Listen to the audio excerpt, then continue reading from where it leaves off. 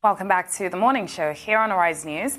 It's now time to take a look at news stories making headlines around the globe today. Now, the electoral body in Nigeria, INEC, as we know them, on Monday yesterday said that the military is going to not be involved at the polling booth security, except on the invitation of the lead security agency, the Nigeria Police. Now, consequently, the commission said that the military would only patrol as a standby force in case of trouble beyond the control of the internal security forces. The commission clarified that the Nigerian Navy and also the Nigerian Air Force have been selected for a special duty of airlifting sensitive electoral materials and the protection of INEC staff in Bayelsa State, but ruled out the presence of the Nigerian Army completely within the polling areas. Now, INEC also said that the Nigerian police are going to be in charge of all security issues during the two elections that are going to be taking place shortly on November 16th. So INEC have come out, Doctor, with this information for us that we're not going to have the military at polling units. However, they can be called on by the police if needed. And that also sensitive material is going to be airlifted by the Nigerian Air Force ahead of these elections and also for these elections. What is your take on their latest revelations regarding their framework, I guess, for the elections? Well, what we know is that the Independent National Electoral Commission, since 1999, has had to conduct elections in Nigeria with the collaboration of other security agencies. After the general elections of 2019, we invited some key persons and stakeholders, in relation to the election to this program. And one of the things we got is that, look, in terms of security arrangement, yes, there is indeed what they call a concentric circle. Yeah. And that each agency is supposed to man a particular area. But the concern by many Nigerians, indeed since 1999, is that there has been a militarization of the electoral process in Nigeria, and also the over-involvement of the military in internal security operations. And many commentators have argued for the need to strengthen the police, for the police to take charge of its constitutional mandate and be in charge of internal security operations, along with maybe the civil defense and other agencies, and for the military to be called in only when it is absolutely necessary. So in the case of the elections, it will be heartwarming for many Nigerians that INEC is now saying, look, the military will not be part of the operations at the polling stations. You mentioned specifically in your introduction, police stations. Yeah. I hope they will also not be part of the operations at the collation centers. Exactly. And that, it's only in a situation where there is a breakdown of law and order, and the police and the civil defense and others are unable to manage the situation, that the military will be called in. And that we will have in both Kogi and Bayelsa states, and subsequently, electoral processes that are truly, in every sense, in letter and spirit, civilian processes. Exactly. And where people, will not be deterred from voting or intimidated by the presence of, gun-wielding soldiers whose rules of engagement really, are quite different. You recall that the INEC chairman, Professor Yakubu Mahmood, after the general elections in March and February, had conducted a series of consultations. So I take this comment coming from INEC as a reflection of some of the lessons that INEC has probably learned. Yes. And we hope that, the situation in Bayelsa and Kogi State on November 16 will give us a clear indication that indeed INEC has learned its lessons and that something has been done about the militarization of electoral processes in Nigeria. And that the elections in Bayelsa and Kogi will go smoothly and the will of the people will be respected, and that INEC will not fall back on its default position of declaring inconclusive elections, which is something that Yakubu Mahmood seems to have turned into a major lexicon in Nigerian elections, a major part of the Nigerian elections lexicon. Absolutely. INEC do have a lot to prove ahead of these elections, so all eyes are on INEC, and we will be waiting to see what happens and bringing you those developments as we get them here on the morning show. Now, on to our next headline. Ahead of the gubernatorial elections that we're speaking about in Kogi State, the secretariat of the Social Democratic Party in Lokoja has been set ablaze. Now, windows and doors were shattered, while banners, posters, and other campaign materials were also destroyed. The SDP governorship candidate, Natasha Akpoti, who visited the secretariat, accused the state governor and flag bearer of the All Progressives Congress, the APC, Yahaya Bello, of being behind the attack. In a swift reaction, the Director General of Media and Publicity to Governor Bello, Kingsley Fonwo, said that Natasha Akpoti should deal with her issues and leave the governor out of her travails. Now, this is Nobody, look at it. This is it. This is about 11 a.m. The APC thugs were sent down to the SDP secretariat and vandalized properties, destroyed all the windows, my banners, pulled out my posters, and pasted Yahaya Bello's posters on the walls. So that was fine. I made a post, I expressed dissatisfaction, and we took note of the destruction. And unfortunately, at about 12 a.m., we got a call that the SDP secretariat was on fire. And I notified the DSS and the police and the military as well. And then, unfortunately, while the military tried to get close to the secretariat to stop the fire, they were not able to, because the APC thugs were here in their numbers and they were with machine guns. Now, this is absolutely tragic because the court had also just ruled that she's allowed to contest after everything that went on with regards to that, and also the stand that INEC tried to take. And the court basically said to INEC that, no, you're dismissed on this matter, and she can actually run with her new deputy governor that she put in place. So now she's come out to accuse the current governor of Kogi State, Yahaya Bello, of being behind this attack. What is your take, Doctor? What do you really think went on here? Any form of violence is condemnable. You know, the first story we took, yeah. You talked about the INEC saying that, look, the military will not be at polling stations so that people can feel free and be confident enough to cast their ballot. And now we have this, you know, ahead of the elections in Kogi State, the breakdown of law and order, a party secretariat being attacked, being vandalized, and that gubernatorial candidate was finger-pointing the All Progressives Congress, the party of the incumbent governor, as the, group responsible for that attack, heinous attack on the secretariat of another party. Now, that talks about intolerance. That talks about instability. That says something about the state of politics in Kogi State. I mean, more than 20 political parties are taking part in that gubernatorial election. And every candidate has a right, and the right of that candidate must be respected. Absolutely. And the right of opposition political parties must also be respected. And I think that here, with the INEC, the Independent National Electoral Commission, saying that the police will be in charge, this is a challenge for the police. Mm-hmm. The confidence that has now been reposed in the Nigeria police is a challenge that must be taken up by the Inspector General of Police. We're told that in Kogi State alone, I mean, the police is deploying about 40,000 policemen, about 10,000 additional persons from the civil defense. I think in terms of strategy, both the civil defense authorities and the police must have realized that pre-election, election, post-election, there is a job for them to be done.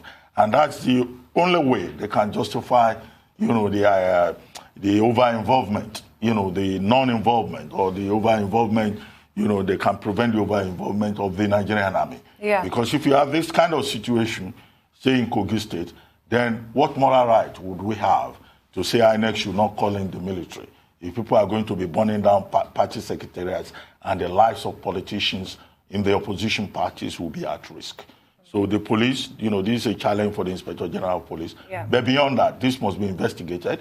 The perpetrators must be tracked down and punished. Because part of the problem we have with our electoral process is that electoral offenders are not sanctioned. And we need a regime, as has been recommended by the Waste Committee, that, look, electoral offenders must be punished according to the law. Absolutely. So that there will be clear deterrence for reckless conduct, the type that we have the type that we have witnessed in in the Kogi state. And she's clearly been a target throughout the upcoming run to these elections. She's clearly been a target in so many different ways, especially with regards to the court case that we were just speaking about as well. So it's of no doubt that this was a targeted attack. And although, yes, the reports have been dismissed by people around Yaya Bello regarding this, saying that it has nothing to do with the APC and him, can she necessarily be blamed for veering in that direction when your posters are the ones that are planted all over the building that has just been set ablaze? She's being deliberately disempowered in this race. Yeah, no, she cannot be blamed. I mean, she's, and I hope that it's not a case of gender discrimination. As a Nigerian, as a qualified person, she has every reason to seek to be governor of Kogi State. And I would like to see a situation in this country where Nigerians will vote for a woman as governor or a woman as president of Nigeria. If there is any form of gender discrimination involved here, that also must be condemned. Yes, because there are very strict terms. Too many barriers to entry when it comes to women going into politics. But that's a topic for another day that hopefully we can take on in a more robust manner. It's time now for a short break on the morning show. When we are back, we'll continue with the news headlines. Do stay with us.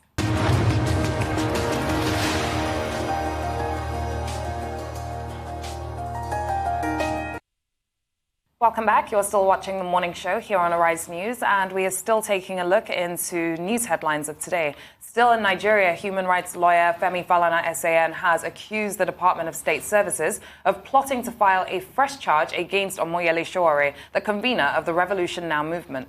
Falana said that the aim is to further detain the publisher of Sahara Reporters. Sowore was arrested in Lagos on August 3rd and subsequently flown to Abuja, where he has been detained since then. Last month, the Federal High Court in Abuja did grant him bail, but the secret police still held him despite fulfilling the bail conditions. On Friday, Peter Afunianya, spokesman of the DSS, acknowledged that the agency received the order to release Sowore, but said that the service did not carry it out because no one showed up on his behalf. However, on Saturday morning, lawyers, supporters and also family members of the activist visited the DSS headquarters, but were denied access to Sowore.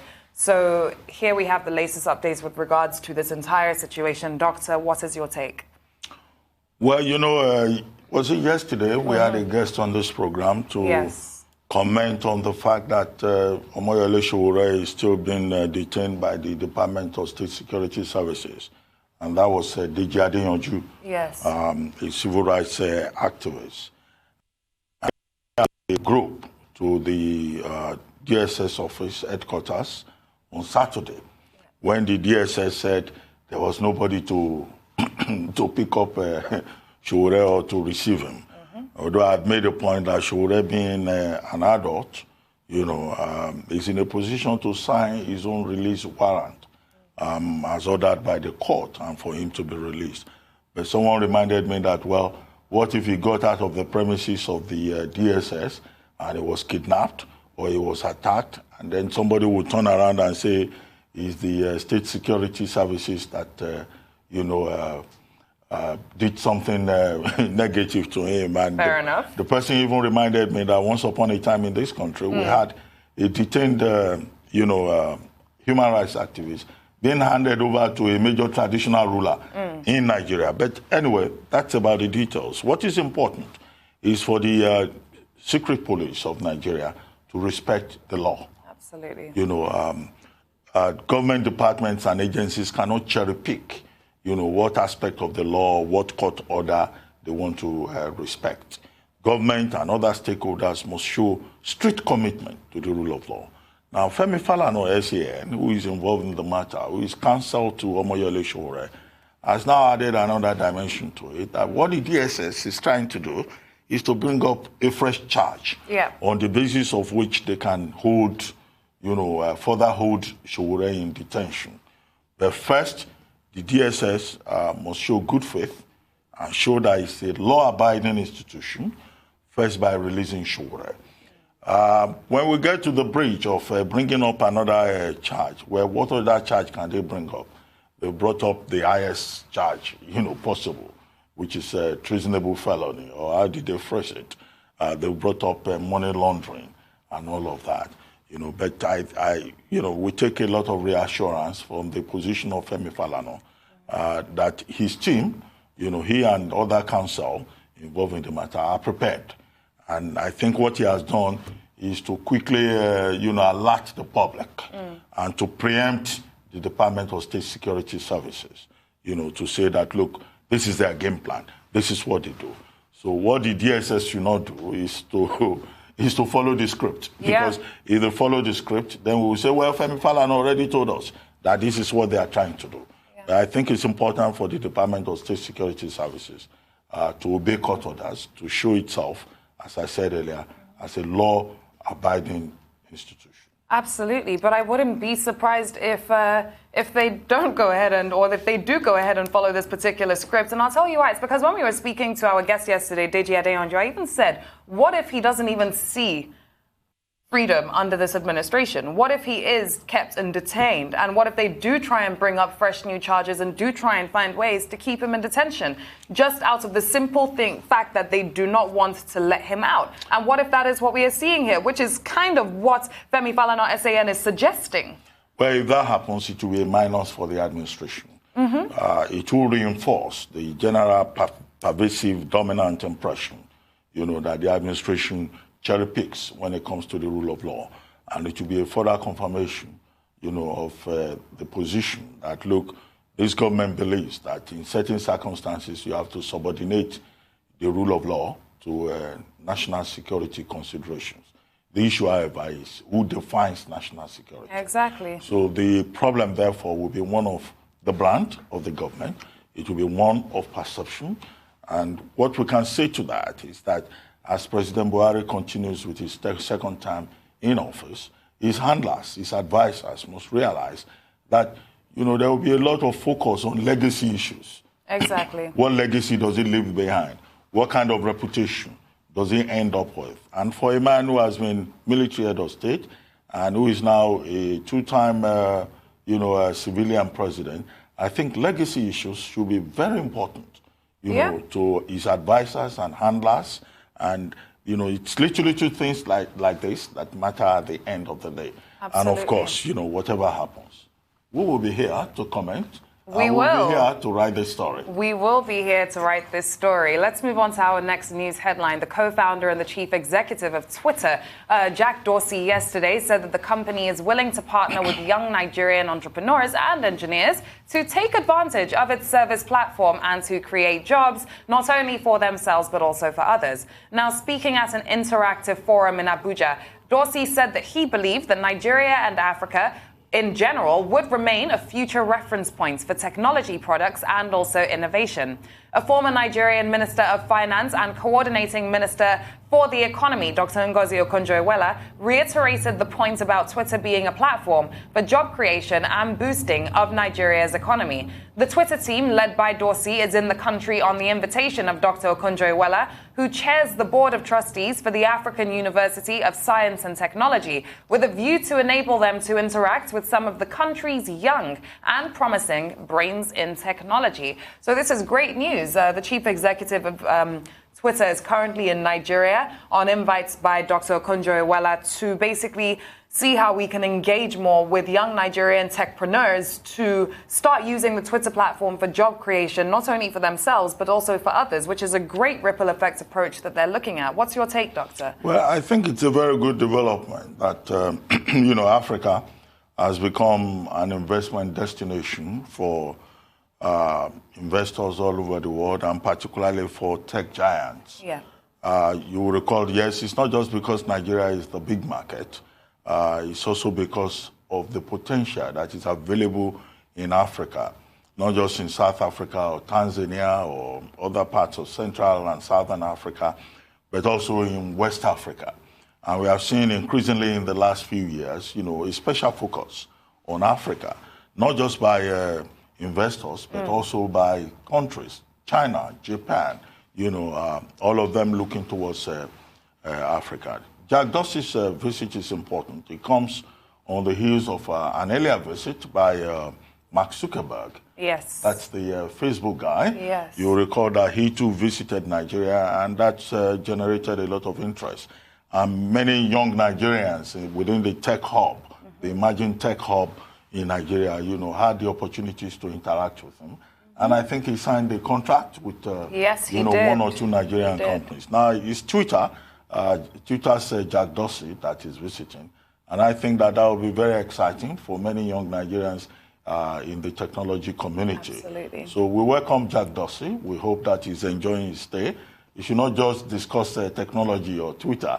You should also take the opportunity to enjoy the beauty of Nigeria. Absolutely. And like Mark Zuckerberg did. Did you see that picture of him walking across the Lekki Ikoyi Bridge? Mark Zuckerberg, they went on the bridge. He walked all over Yaba as well. And he interacted with everything that Nigeria has to offer. He honestly did. He ate a lot of Nigerian food. Don't ask me to define what I mean by everything.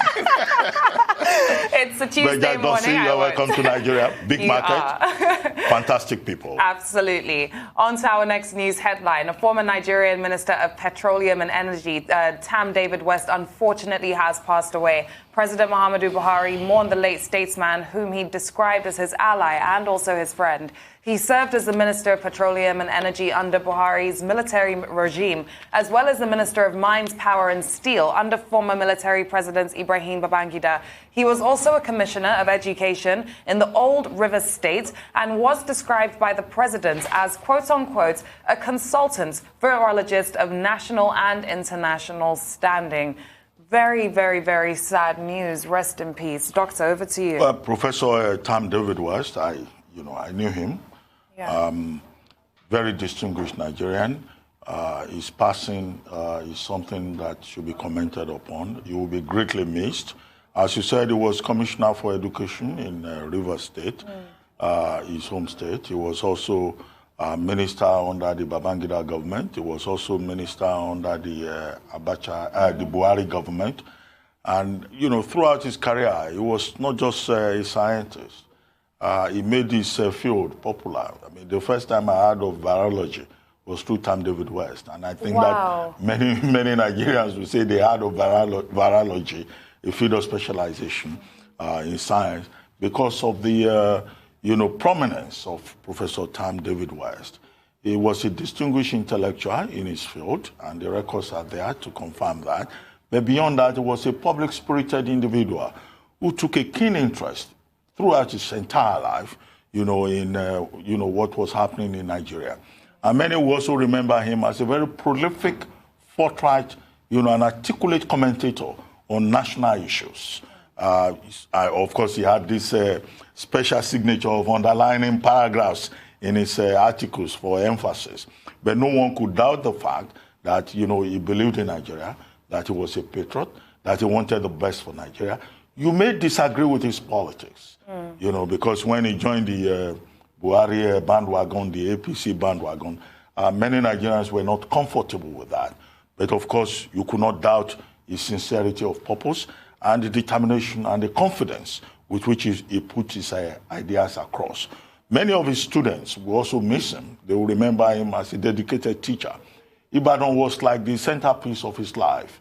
I mean, he lived within the university community. Everyone knew Professor Tam David West on campus. And in fact, after his retirement, you wouldn't believe it, he refused to leave the campus. He insisted on living on campus and in Ibadan, because he was not just a scholar, he was a man with a sense of community, whose scholarship, also provided a link with his immediate community, the university, the Ibadan community, and also the entire Nigerian space. And he was also, of course, keenly involved in the politics of his place of origin, which he was Calabari, and he was quite connected with his people. We will miss him. We commiserate with his family and with the Calabari community of River State. Do rest in peace. That is all that we have on the news headlines.